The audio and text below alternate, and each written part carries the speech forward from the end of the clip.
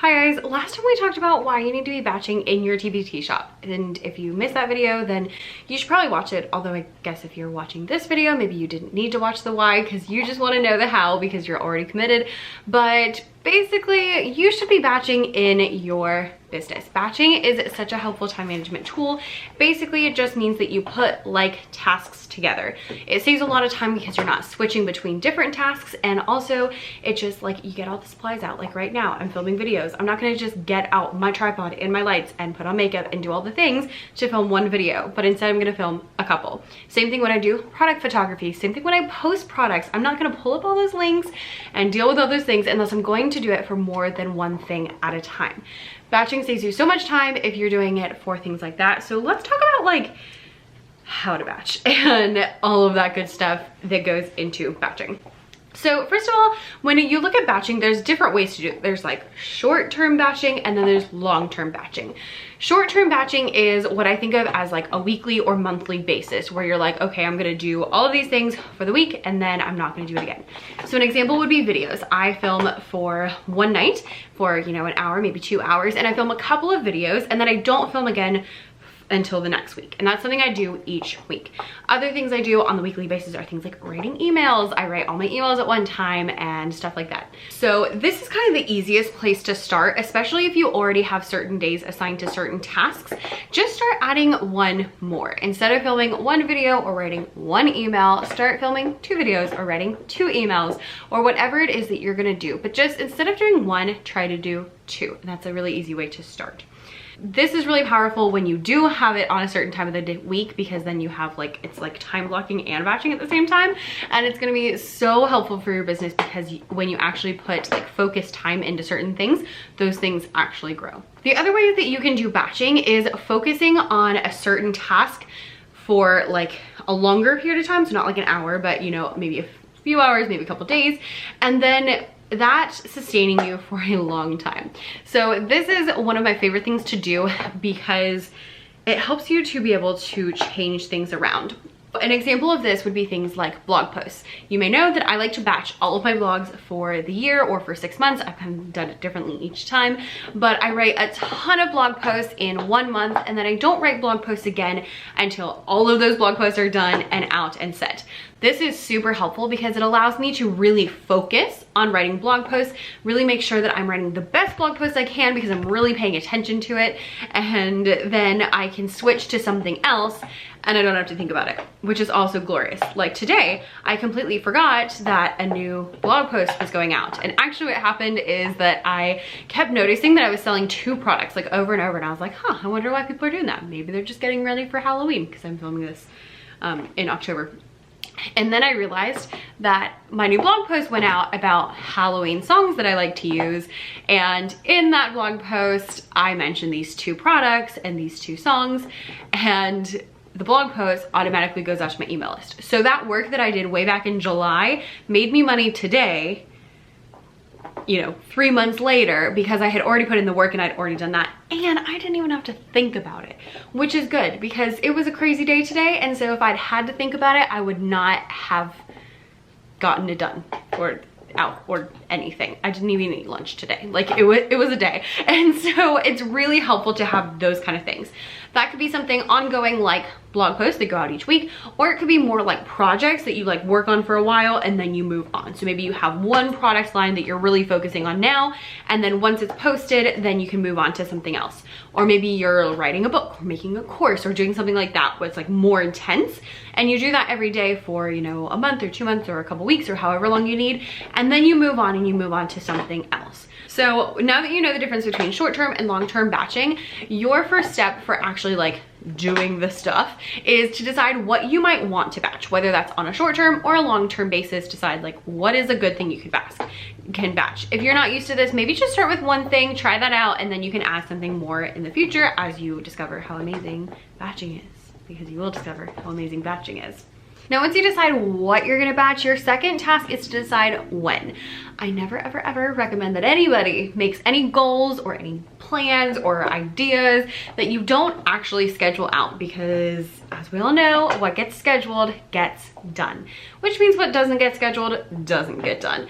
And if you don't believe me, go look at your calendar, because you'll notice that that is definitely a thing. So you need to schedule out your batching times. If you're batching for stuff on a weekly basis, like maybe you're batching your emails that are going out, or your note to followers, or I do those at the same time and I just copy and paste. So you can do those things. So maybe you pick one day. My day used to be Thursday for those. I switched it actually to Friday more recently. I don't know, it just seemed to work better. And so on Fridays, that's gonna be tomorrow, I'm gonna sit down, I'm gonna write emails and schedule them out for the week.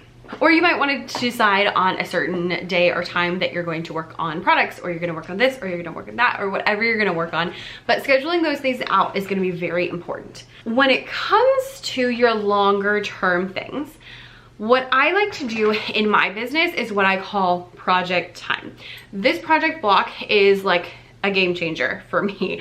So in my week, I do mine in the morning. So in the mornings before I go to school, I sit down and I work on whatever the project is for the month. Sometimes it's a 2-month project, sometimes it's shorter, just depends on what it is, but this is my project time for about 45 minutes to an hour every morning, except Fridays when I write emails, I work on my projects.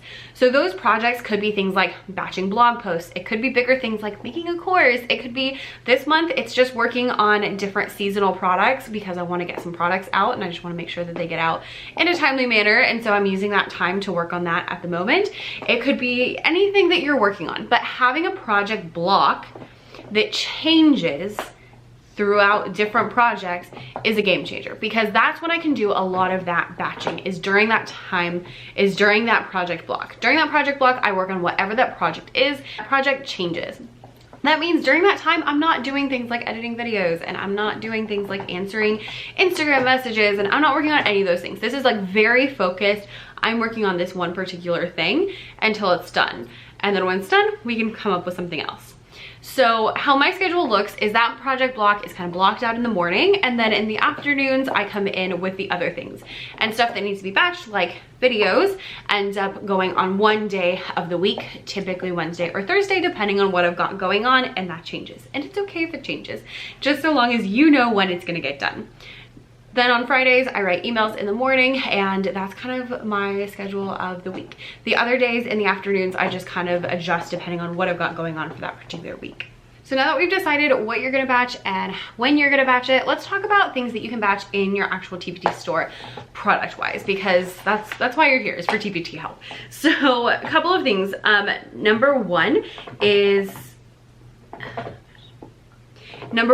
things that you can batch is actual products. So I like to, before I make a product, actually make a template where I create the template of the product, especially if it's something that can easily be switched out. And I use that for the whole product line, and that's something that I batch. So I'll batch a bunch of products at the same time. So I just finished a whole bunch of Go Fish activities. I just finished a whole bunch of Write the Room activities. I'm about to get started on a new set of products, and all of these are things that I have batched. I have just like made a template, and then I swapped things out throughout to make them different. One little note though, do make sure they're different. Like, even though you have a template, it should not be the exact same thing.